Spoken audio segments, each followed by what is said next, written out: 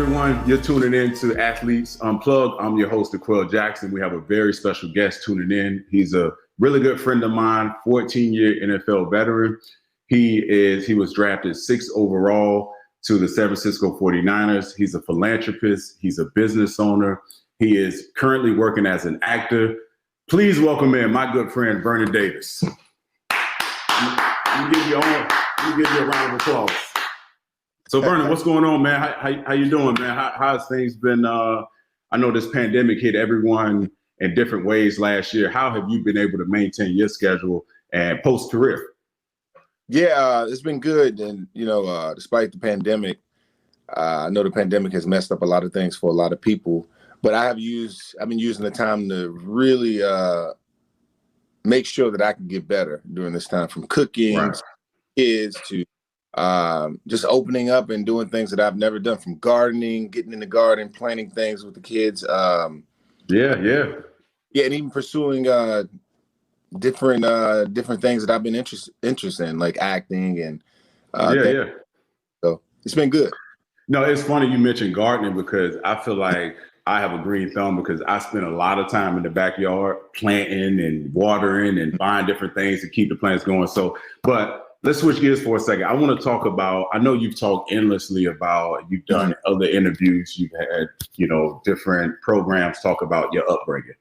Before we get into all the good stuff about, your great career, let's talk about where that passion comes from. And I know you're a good friend of mine, so I know how important your grandmother was to you and Vontae and your other siblings. So can you speak a little bit about the influence she had on your life?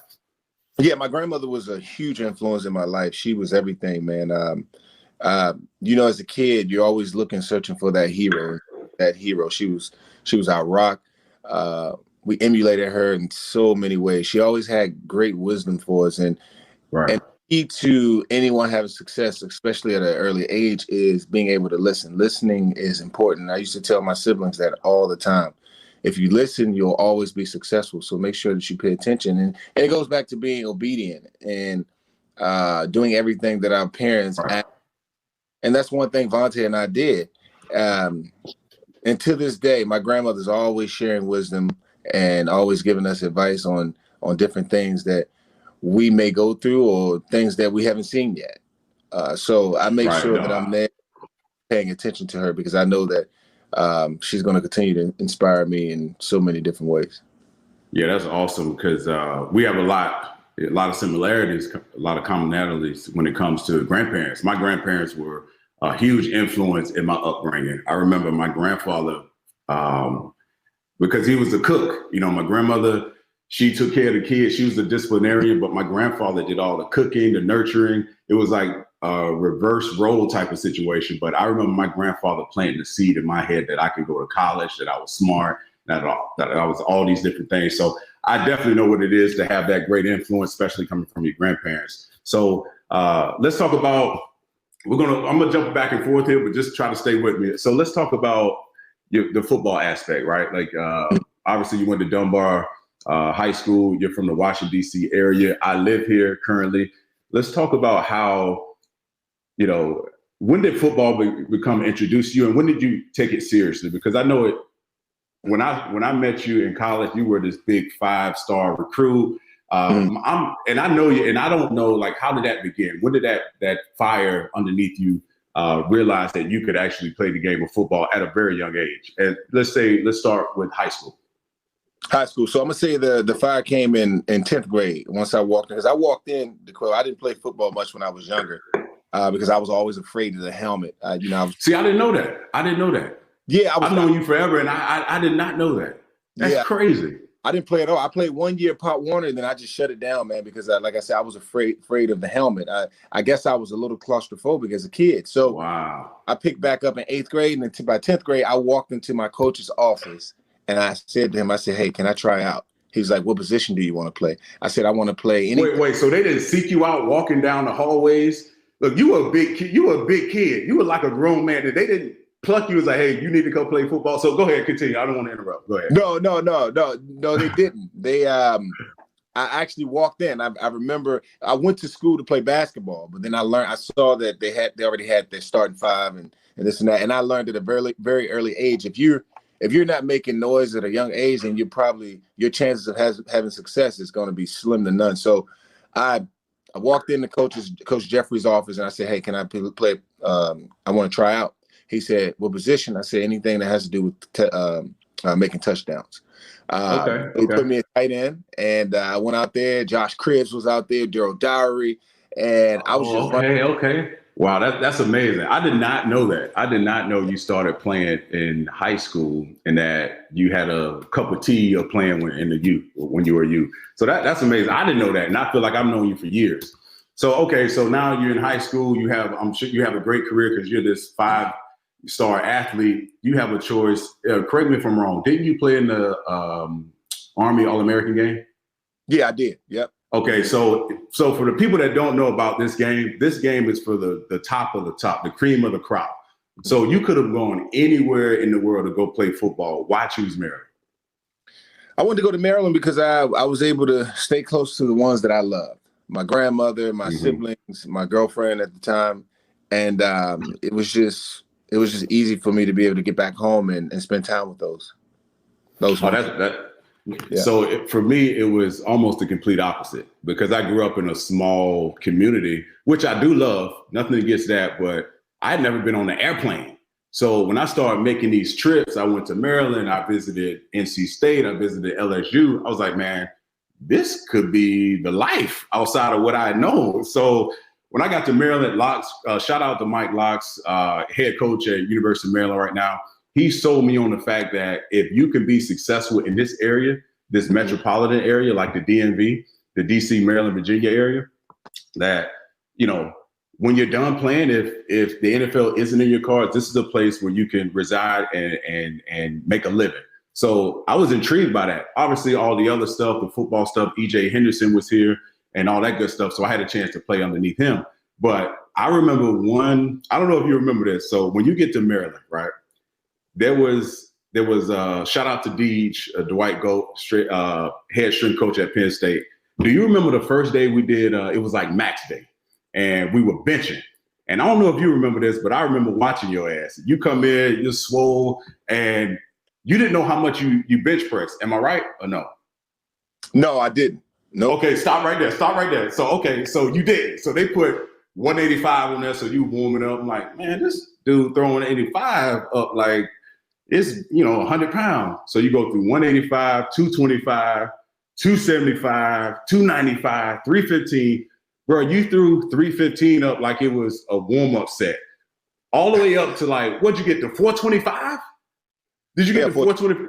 Yeah, you were like 17, 18 years old, and you throw up 425. And I remember, I don't know if it was a fan club in that locker room, but I was one of them. I'm like, God damn. I'm like, what position does he play? I was like, I have to deal with that every day. Boy, I'll never forget that. But I do. One other thing I won't forget is the rivalry between you and Sean Merriman. Can you please talk about that rivalry on and off the field in college? Because a lot of people aren't privy to that. If people don't know Sean Merriman, he was a top 15 pick of the draft. You were the 6th pick of the draft. Can you please talk about that competition between you and Sean? Yeah, there was always a competitive nature with Sean and I, man. He was, I always wanted to be the best, so I seek the best. And when it came to Sean Merriman, he was the one that was making a lot of noise. He was always ball. He was always making plays. He was just a standout athlete. He was the best athlete, one of the best athletes on the team. So I always picked him out to compete with him. And, I would challenge him every day until I was able to beat him. And, I lost. I had my fair share of losses to him, but I also felt like competing with him made me better. That's the only reason why I would always call him out. And I didn't back down from the challenge. Yeah, no question. Because I remember seeing some of them battles. I'm like, man, these dudes. I'm surprised y'all friends right now because y'all used to go blow for blow at practice. But it was like you said, it made both of you guys better. So let's fast. So at Maryland, you're an All-American. You have, in my opinion, you were underused. I thought if we threw you the ball 20, 30 times a game, we had a shot to win. And I remember this game in particular. We played Florida State, and me being a Florida guy, Florida State was like the pinnacle for me. When I saw you running through these guys, jumping over them, and them guys turning down contact because of your physical ability, I knew right then, I was like, this young man is going to be special. So can you talk about, and I'm gonna fast forward a little bit because I want to talk about a lot of other different things that you're doing outside of football. So can you talk about how that process, when you decided to leave school, right? Did you file for a petition to NFL to see what round you were potentially going to be drafted in? Yeah, I believe I did that. I filed to see when you're a sophomore in college and you're playing ball, you can file, you can look, you can check and see what grade you have. And I think at the moment that I had like a second round grade. When I was a sophomore. So junior year, it went from a second round grade to a high first. So right then and there, I said, if I got a high first round, if I'm going to be a high first round pick, if that's my grade, then I can easily get that down at the combine. I knew once I got to the combine, it was going to be, it was going to be smooth. I knew it. So I got a fun fact for you. So do you know, so you go to the combine, you put up amazing numbers, you run like a 4.3 electronic, you bench 40. So how many reps did you get on the bench? Like, was it 40? Did you eclipse 40? 33. 33? Same difference. 40. But you're strong. 40. Yeah. Either way, you crushed the combine. So now the draft is coming around, and basically you just hit it. You just hit. The NFL said you were going to be drafted in the first round. When you ran that 4.3 at 250 some odd pounds, did you know at that moment you were going to be a top pick? Like, what was the conversations like between you and your agents at that point? Because I know for me, I always got a grade. I came out my senior year. I always got a grade of late first round to early second, and I was drafted 34th pick of the draft, which was the second pick of the second round. But was your agent's ability to kind of figure out where you're going to be drafted? Did you know you were going to be drafted that high? Let's say that. Well, I was just going based off the history of the NFL draft, and I knew there had been players who had second round grades and third round grades, but then after the combine, they were able to go get picked up in the first round, right? And I knew that the combine was really significant to boosting your stock value, you up, right? Yeah. Boosting you up as far as you how people see you, how the sports world see you, how the coaches see you, the NFL, and it will put you in a great space to be able to get drafted a lot higher. And I relied on that. I relied on that because I relied on my speed. I knew that I had the ability to go out there and run a 4.3 or 4.4. And it was interesting because when I met with North Turner when he was the offensive coordinator at San Francisco. Yeah, I know North. I told him. I told him. I said, I know you know North really well, but I told him I said run a 4.3. He looked at me, started laughing. He's like, "Well, I like to see that. I like to see that, bud." Right. So I went out and I did it, and then from there, man, I just knew the sky was the limit. So did you know that? No, you definitely shook a lot of heads and surprised a lot of people, but you didn't surprise me because I had seen it. You had clocked 4.3, 4.4 throughout your time in Maryland. So did you know? Fun fact for you. So did you know leading up to, let's say it was 1972's NFL draft, there was only one tight end to ever be drafted ahead of you. He went 5th overall. He was out of University of Houston.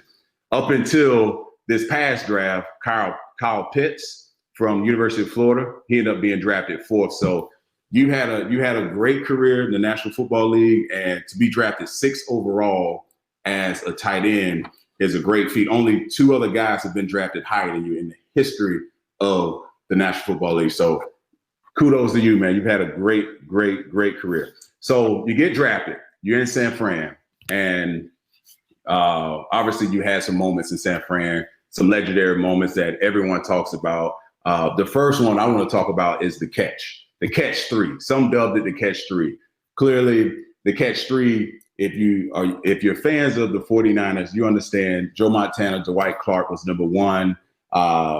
T.O. Terrell Owens, his catch was number 2. And let's talk about that catch against the New Orleans Saints. It was 2011, 2012 playoffs, 3rd and 3, 12 seconds to go in the game.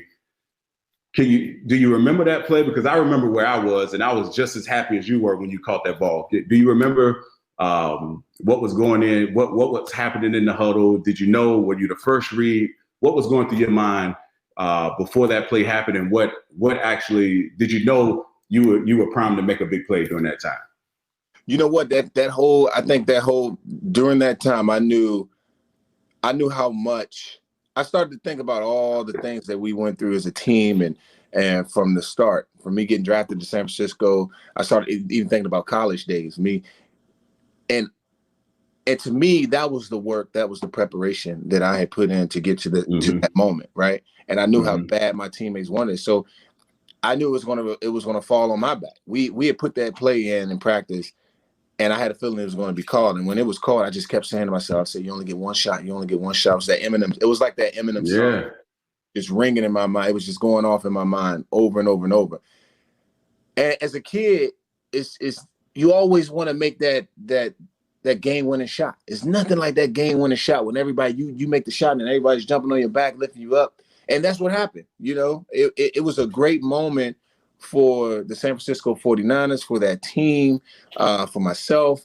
And that moment is something I'll always cherish. I'll never forget that moment because I'll relive that experience over and over because it's a once in a lifetime experience. I mean, it's not every day you wake up and you're making that game winning shot.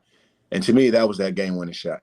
No doubt. We, like you mentioned, as kids playing sports, we dream about making that big play at that big moment, and you're the guy that everyone's screaming for, and you become overwhelmed with tears. I remember watching it. I was in LA at the time. I watched every second of that game. And when you caught that pass, when you scored, I think I dropped a tear. I was so proud because I had seen you put in the work. I had seen how much of an influence you were to Devontae, to your community, to DC. I felt that. I felt like I had caught the pass. So again, you had a lot of moments with the 49ers. Obviously, the Mike Singletary issue. Can I ask you this? I've never asked you this before, but can I ask you this about the Mike Singletary issue? I know he kicked you out of the game. He told you to hit the showers. Clearly, that was embarrassing. It was humbling, all those different things. We've talked a little bit about it in the past, but what the hell did you do leading up to that? Because I never asked you that. Hold on. Before you answer. If I'm a head coach, if I have one of my best talents of offense, if I remove him from the game, then in my mind, because I know what type of person, what type of player you were, you practice hard. You probably got kicked out of other practices. Please tell me what led up to that point. I know what happened during the game, but something had to happen before then. Look, man, I got my Venmo and my Cash App ready for everybody who asks me a question about Mike Singletary. I'm going to get rich off of this, man. Everybody wants to know what happened. Hey, you know what? We'll talk about it offline there. We'll talk about it off. So let's.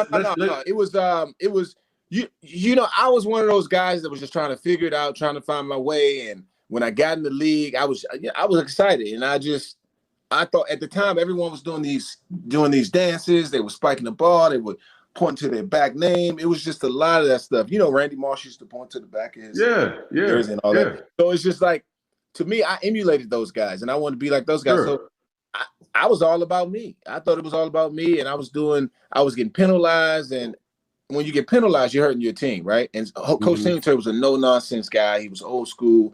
He was all about leadership, putting the team first. And that's something I had to learn to do. Yeah, so I've heard stories about him.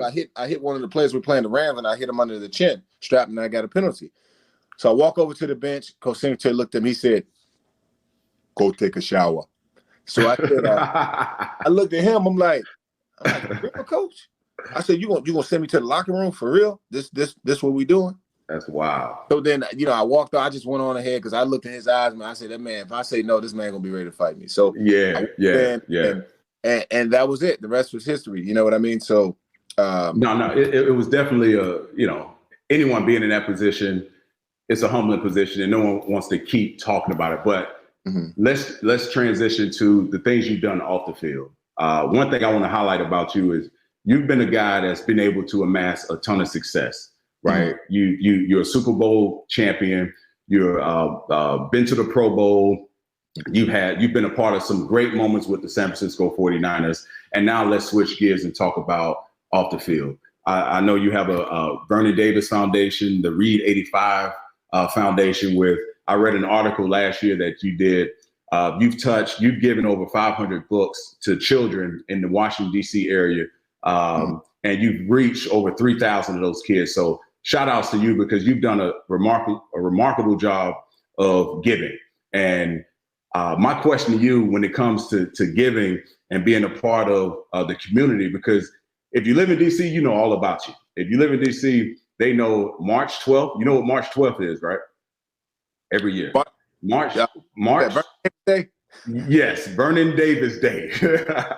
So that's the epitome of hard work on and off the field. That is the example of excellence, and you're a great influence for these kids here. My question to you is, what does that passion come from of giving? Yeah, I think the passion comes from just my life experiences. Everything that you see growing up as a kid, the things that hurt you, the things that make you happy, the things that you want in your life that you didn't have, or the things that you do that you want to have. I mean, it's just it's a combination of all of those things. And to me, I've always used those as tools to help me get to where, I'm trying to go. And I'll never forget my past. That's something that's going to always live with me. And I love it. I love that it's there, because I know that without those things, I wouldn't be who I am today. Without my mom, if my mom was without having my mom not being as present in my life, my grandparents raising me, my dad not being around all the time, and the encounters that I had, the negative encounters that I had as a kid growing up, all of those things has helped shape me into the man that I am today. I could have went this way, I could have went that way, but I chose to, like I said, listen and become who I am at this moment. Yeah, that's great. A lot of men, a lot of people talk about it, but you actually do it. So again, hat goes off to you. So let's talk about your acting, right? We've never had a chance to talk about it offline, but when did that become a passion for you? When did you know what, this is something that I'm interested in? I read an article that you had done in the past about in high school, you were into the arts, and because it was the cool thing to do. But in college, you pursued the arts, you've carried it on throughout your career. How has being an athlete, how has being a part of the arts, how has being an actor kind of given you that ability to be a human generator? Because honestly, I'm a one-track pony. I can't do a ton of things at once. So how are you able to keep that energy and keep that focus to keep pushing forward? So acting came about, I say, around 2009. Suddenly I had this desire, this passion for acting. A gentleman came up to me. He said, "Hey, you want to be in my movie?" I said yes, and he said, "Can we use your house?" So were you pursuing it? Were you pursuing it before then, or is just like an encounter, an exchange, or experience that you just followed up with? No, I didn't. I was always into the arts. I had the art gallery, and I was just always passionate about art. But they say art correlates in so many different ways. If you're an artist, you can probably become a poet, right? If you're a poet, you become right. It's just the side of your brain that you're using. But this guy came up to me. He's like, can we use your house in the movie? I was like, yeah. And so I had a small role in the movie. And after that, I enrolled in a class at the Shelton Theater of Art. It was the improv class. After that, man, I just fell in love with it. I said, I'm going to continue to do this. I'm not going to stop. And I just kept seeking roles. And then my next role after that was Baywatch. I had a small role in Baywatch with The Rock. Yeah. Order with Ron Perlman, David Gyasi, Frank Grillo. And I just felt the passion for it. That's great. So how does a guy like yourself, I'm sure you get, because you're an actively working actor now, that transition from the NFL to acting has been seamless for you. How does a guy like you choose which roles to take and which to turn down? Yeah, I think roles are just like who you are. Who are you as a person? What can you do? What can you deliver to a character, to a specific character, right? How do you see yourself, right? You have to ask yourself those questions. Can you play a father? You probably can play a father, so that that a role playing a father in a movie would be ideal for you. Can you play a janitor? Can you play a cop? Can you play a detective? Right? You got to ask yourself those questions. But then where it can get crazy is those roles where you have to be telekinetic and you have to play a character who's always serious and who has to I don't know, maybe who has to like scratch yourself all the time and right. Like, can you open up? Can you be vulnerable enough to play that character, right? Mm-hmm. And that's all acting is. Just how do you see yourself in front of the cat in real life? You know what I mean? Can you gotta ask yourself that question? Can you do this in real life? And that's how I look at different characters, and I can feel it. And at some point, you start to feel it. When you're reading the script, you're like, I feel this character. You'll start to relate to the character, and it's awesome. It's an awesome thing because that is people always trying to figure it out. Like, how do you figure out which character you want to play? And that's pretty much it. That's how you do it. That's an interesting point, and I was really curious about all the things that I was going to ask you. That was the one thing I wanted to know more about. So, because of the one role, and I looked up a ton of different things that you did, and one role stands out to me because of what you just said was the movie you co-starred in, Hell on the Border. For those who don't know, it's about a true story about the first Black U.S. deputy marshal west of the Mississippi. My question to you is, what inspired you to do the role and how did you prepare for it? Because that was a true story. So the things that you just mentioned, how do you prepare for a true story? I think a story is going to be a story regardless, DeQuell, and everything that you have to bring, that you put in before the film starts is all the work, right? It's just scene by scene, just having an objective. If you have an overall, if you're the lead character, you always want to have your overall objective, and then you have your scene objectives, right? And objectives, all objectives are is just you being able to, if you having an opinion about something, right? If you have a strong, you have to know where you're coming from and where you're going, right? If you have all those things in your toolbox, you can go out and you can have a great performance. But like I said, it's the work that you put in before the movie starts. Like, it's like football, just like football. We train. That was going to be my next question. It's like, how has football, the traits you've learned from playing football, having a 14-year career? Okay, I got one for you. So if you could imagine this, your 14 career that we talked about, Super Bowl winning champion, Pro Bowler, you've been a part of some great moments playing.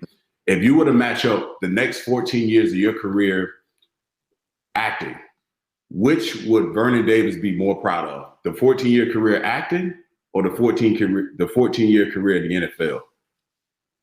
That's a tough question because I feel like football wasn't something that I was natural in. You know what I mean? I had to work really hard to be successful at that sport. I had to stay out late after everybody went inside. I was always out catching balls on the jug machine. I was always working out, running. During the off season, I treated the off season better than I did treated myself when I was in season. I ate better. I trained harder. I never took any days off. I would take off 3 weeks and I'd get back to work. I know it. Most cases, most guys, they're not doing that, DeQuell. I mean, no. You were just like me. You always put the work in. You were always grinding.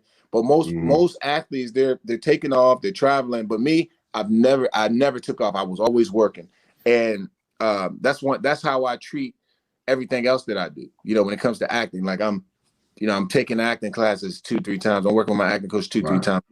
2-3 times. So you have an active schedule, like you've been in the league, like you've always have. So I commend that. And that's something that a lot of people need to know. It's like, how does someone like you become successful? You know what? You set a goal. I've heard you say you wanted to be in 400 films. You set a goal and you pursue that goal, and your pursuit of perfection, of mastering your craft, it transcends whether you're playing football or whether you're becoming an actor. So I think that's a great tool. I think that's great for people to hear. So along the lines of you being this great athlete and getting into acting, how have you been able to manage, and how did you get into the business? Because I know the business aspect of investing. I know you own 5 jumbo juices in Northern California. If I'm not mistaken, I thought you were working with Mohammed Sanu and bringing some Jamba Juices here in DC. Can you talk a little bit about your business experience and how can someone, how do you know what to invest in? Let's say that. Well, I think knowing what to invest in is like what if you want something, you have to put yourself in the same atmosphere as those people, especially if you're trying to learn it, right? If I want to become a franchisee, then I'm gonna put myself around people who are franchisees, right? And you learn, you just pick up information over time. And for me, I've been a sponge to knowledge, and I take that and I seek it, and it has helped me. It's like one of those things where what you don't know will hurt you, what you know will help you, and that's what I believe in. So I like that. So business, so now going into anything, I know how important it is to have the right people around you when it comes to doing these things. So Jamba Juice, I know that I have to have a fantastic district manager, right? Right. He's going to help me put all the pieces together that I need. And now for me, I have to really make sure I have a good accountant to oversee the numbers, because I know that labor and produce are are the biggest expenses that I'll have. You know, labor and produce can be anywhere from 25-30% of your budget each. Wow. You know, so you have to really control those to really have a good outcome as far as the revenue that you're looking for within the business. And when it comes to like startups and investing in things, I have a structure that I stick by. Like you said, having a plan, having a structure. And my structure is looking at companies that are in the seed round, right? But not necessarily pre-seed, but seed. And the seed round, you know, you're looking at anywhere from, it can be 10, 14, 15 million dollars, right? That the company have based on their valuation. And that right there tells me that this company has momentum. I want to get in this company. They seem to be really doing some really great things. And then I want to look at the people that they have on their board, you know, their board of advisors. Have anyone been successful? Have they had any exits where they sold to other companies? Have they been on any other huge companies that what was their role in that company? You know what I mean? I want to look at all those different variables. Right. So you're basically doing your due diligence about everyone involved with this company within the seed route to know if it's legit or not, if it's something that you want to pursue. Right. And then there's other things you could do too, like asking for friends and family discount. You know, you get in at a 20% discount, which is good for you because it's better. It makes you, it's better for you as far as your percentage that you're gaining in that company. You know what I'm saying? You're getting a discount. Yeah. And it's always good to get a discount. But those are different questions to ask. You know what I'm saying? So just knowing what to ask and how to look at it, pretty much. Amazing stuff right there. I just learned a lot. So I have to ask you this, and I know you have a busy schedule right now, so I'm gonna wrap it up pretty soon. But I have to ask you this. I've never asked you this, but what the hell was going on when you decided to do curling? Okay, like listen. I know. Listen.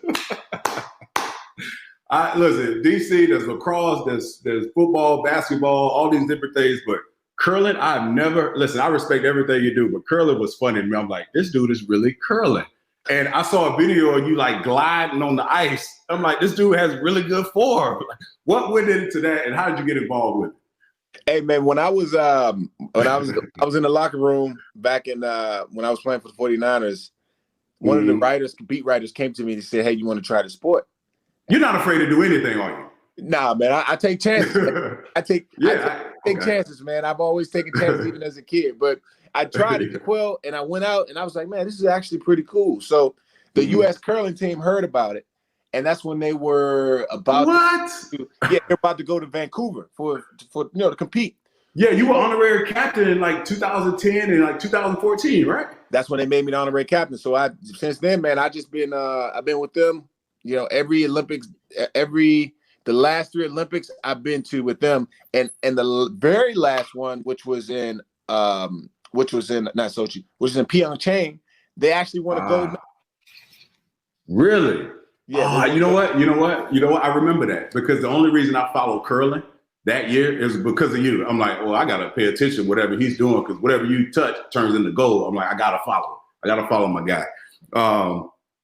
So this part of the show is the first episode. So I'll see if it sticks or not. I like to do what I call rapid fire questions, a quick Q&A. But in this case, I have 6 because you're special. You're the first guest. So I'm going to call it my quick 6. So I'm going to ask you 6 questions, and you answer them the best way you can. Listen, they're all layups. Don't worry. It's nothing too crazy. I got some little, some fun ones in there because, we go back. We got history. So because you're this like great athlete, because everything you touch turns into gold, what is Vernon Davis freakishly bad at? What are you bad at? Oh man, I'm bad. I'm bad at cooking. Okay. That's fair. Because I had one in mind. I'm like, I see you play basketball, and okay, I'm gonna leave that alone. All right, next one, layup. next one is a layup. What's your favorite movie? My favorite movie of all time is probably I'm gonna have to say take your time. I'm gonna say Boys in the Hood. Okay. That's a classic. Okay.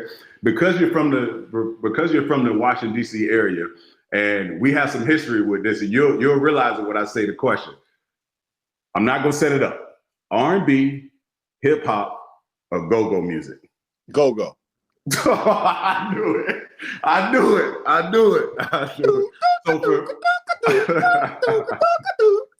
Hey, listen, I've only beat my feet with 2 people, you and Vontae, and I have a great time doing it, man. All right, okay. So question number 4. Like most professional athletes, you come on, you get drafted, you get a ton of money. What's the silliest purchase or purchases you've ever made?